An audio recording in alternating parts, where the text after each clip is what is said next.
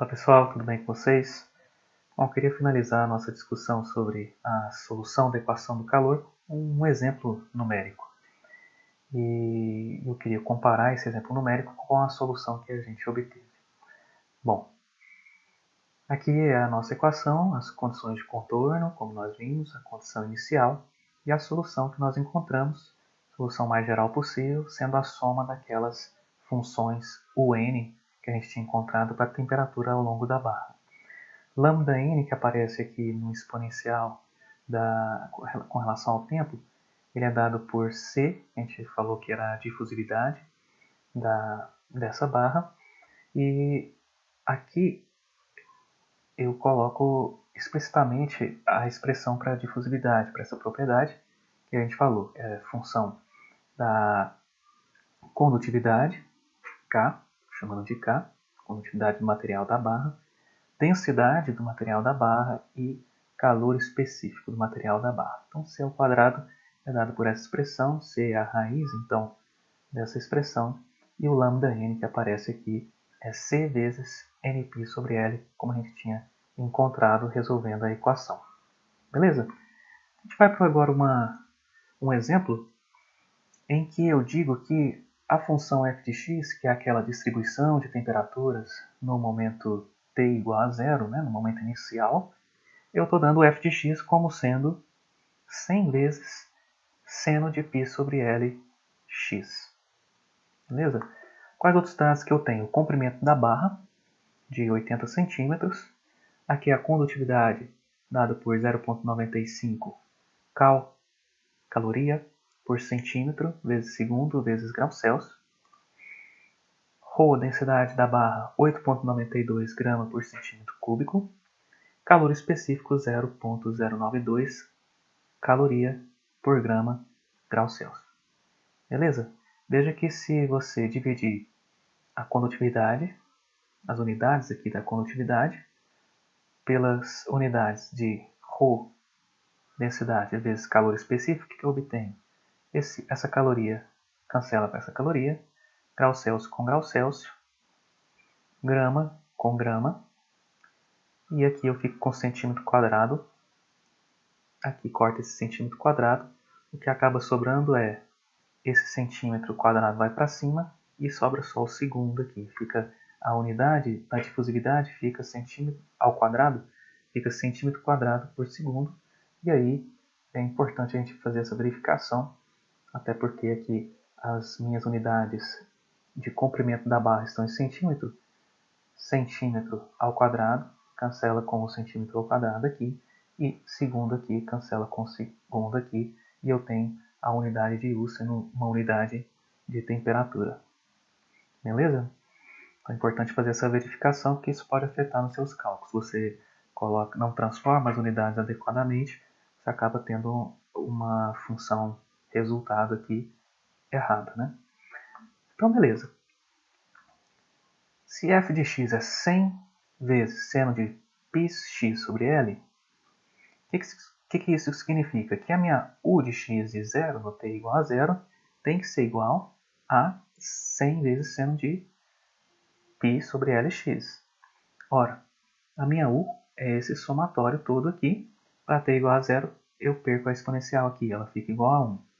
Então, quando é que isso aqui é igual a 0? Esse somatório todo aqui é igual a esse único termo aqui, 100 vezes de seno de π sobre Lx. Bom, isso ocorre para C1. Por que C1? Porque aqui dentro ó, eu tenho uma dependência de nπ sobre L. E aqui, ó, o que aparece? 1 vezes π sobre L. Então, eu estou lidando com n igual a 1. Então, o meu C1 tem que ser 100, que aí eu vou ter uma igualdade, 100 vezes seno de π sobre Lx. Mas todos os outros Cs, o C2, o C3 e assim por diante, vão ser zero. Então, a minha solução para esse problema, para esse valor aqui de f de x, é u de x de t igual a 100 vezes seno de π sobre Lx, que multiplica e elevado a menos lambda 1 ao quadrado t. Então, aqui, eu substituindo lambda 1, eu tenho c, que é k sobre ρ cp, vezes, aqui eu tenho o valor 1, π sobre L. Beleza? Então, essa é a solução. Vocês vejam que eu vou ter uma distribuição da temperatura na posição em função aqui de um seno, e isso vai decair com o tempo em função de um tempo aqui lambda 1 ao quadrado. Né? Na verdade, 1 sobre lambda 1 ao quadrado tem que ser de unidades de tempo. Né? 1 sobre L1 ao lambda 1 ao quadrado, se for em unidades de tempo, corta, daí fica tudo homogêneo aqui. Então, vamos colocar isso num software em que eu possa fazer simulações. Eu vou usar aqui o Maple, e aí eu coloquei aqui um comando restart, que é só para reiniciar todas as variáveis. Então eu estou aqui com o meu quadro de variáveis iguais, todas reiniciadas, né? Não tem nenhum valor inicial. Eu vou dar o valor de L igual a 80 centímetros para a minha barra. Vou colocar a minha F aqui, F igual a 100 vezes seno de 1 vezes π sobre L x. E aqui eu ploto a minha função f de x igual a 0 até L, né? O comprimento aqui da barra, colocando a cor azul para diferenciar depois da minha solução numérica. Aqui eu estou plotando o que eu obtive analiticamente. Beleza? Vamos supor que f fosse, ao invés de uma vez aqui, π sobre L, fosse 3 vezes π sobre L. Olha só como é que seria a distribuição na barra. Nas pontas eu tenho 0, e entre uma ponta e outra eu tenho essa distribuição aqui de temperatura seno de 3π sobre Lx. Né? No nosso problema, eu tenho 1π sobre Lx. Então, nas pontas 0, como eram as condições de contorno que eu tinha. E veja que onde eu vou ter a temperatura máxima? No meio da barra. Por quê? Porque o seno é máximo quando? Em π sobre 2. Então, 1 vezes π sobre L, x igual a π sobre 2. Corta π com π, fica L sobre 2. Então, de fato, no meio da barra é onde eu vou ter a minha temperatura máxima. Bom, eu dou aqui os valores de ρ, 8,92 que eu tinha, Cp 0,092, K 0,95. Esses valores, só por curiosidade, são valores para uma barra de cobre, tá? Um bom condutor, tanto térmico quanto elétrico. E aqui eu vou calcular o valor de C. Lembra que C ao quadrado era K sobre ρCp? Bom, aqui então eu estou calculando o valor de C, então é raiz de K sobre ρCp. Eu obtenho esse valor de 1,075934. E agora eu calculo lambda 1 ao quadrado, que vai entrar ali na exponencial, certo? Na exponencial relativa ao tempo. Bom, então eu faço aqui um eval f para ele me dar um número. E eu tenho C vezes nπ sobre L, o meu n é 1, né? C 1 vezes π sobre L, dando esse valor de 0,042252. Beleza? Esse é o lambda 1. O que entra lá na exponencial é lambda 1 ao quadrado. Então veja que eu vou ter um valor relativamente pequeno aqui para o meu lambda 1 ao quadrado, que vai fazer esse comportamento de decaimento. Né? Bom, eu vou calcular aqui o que eu estou chamando de T25, que é o valor, o instante de tempo em que a temperatura ali no centro da barra, que inicialmente é 100, ela cai para 25. Bom, deixa eu ver se eu coloquei essa conta aqui. Não, acabei não colocando. Acho que eu deixei aqui. Vejam só. 100 e elevado a menos lambda 1 ao quadrado t. Afinal de contas, no meio da barra, o seno aqui desaparece. Né? Eu tenho π sobre 2. O seno de π sobre 2 é 1, então eu fico só com esse termo em relação ao tempo. 100 vezes e elevado a menos lambda 1 ao quadrado t igual a 25. Em que tempo isso acontece? Ora, eu passo para cá, ó, dividindo o 100, fica e elevado a menos lambda 1 ao quadrado t igual a 1 quarto. E aí, o tempo em que isso vai acontecer vai ser, ó, ln dos dois lados, eu fico com ln de 1/4 aqui, e de cá fico só com menos lambda 1 ao quadrado. Então, esse tempo em que a temperatura cai para 25 é justamente ln de 1/4 dividido por menos lambda 1 ao quadrado. ln de 1/4 é um número negativo, aqui também é negativo, então consistente, né? Eu vou ter um tempo positivo. Beleza? Então eu vou calcular isso. ln de 1/4 dividido por menos lambda 1 ao quadrado está me dando 776,541664 segundos. Beleza? Vou agora definir a minha equação diferencial parcial, equação do calor com c quadrado aqui. Aqui eu tenho ela. As minhas condições iniciais e de contorno, U de x e 0. Então, para t igual a 0, eu tenho a distribuição dada pela função f de x.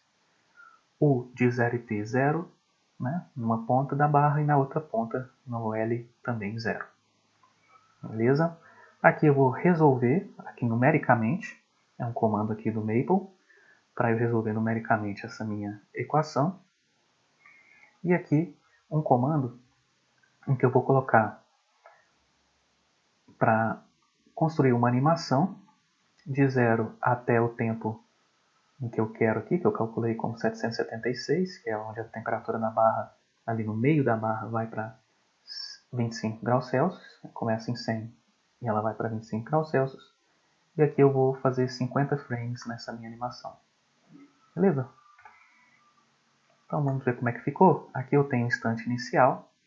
E aí eu vou ter, para cada tempo aqui, até o tempo 776 segundos, a distribuição de temperaturas variando aqui com 50 frames nessa minha animação. Vamos ver como é que fica. Veja só a temperatura, sempre 0 nas pontas, como eu tinha calculado, e caindo aqui para 25 graus Celsius depois de 776 segundos. Beleza?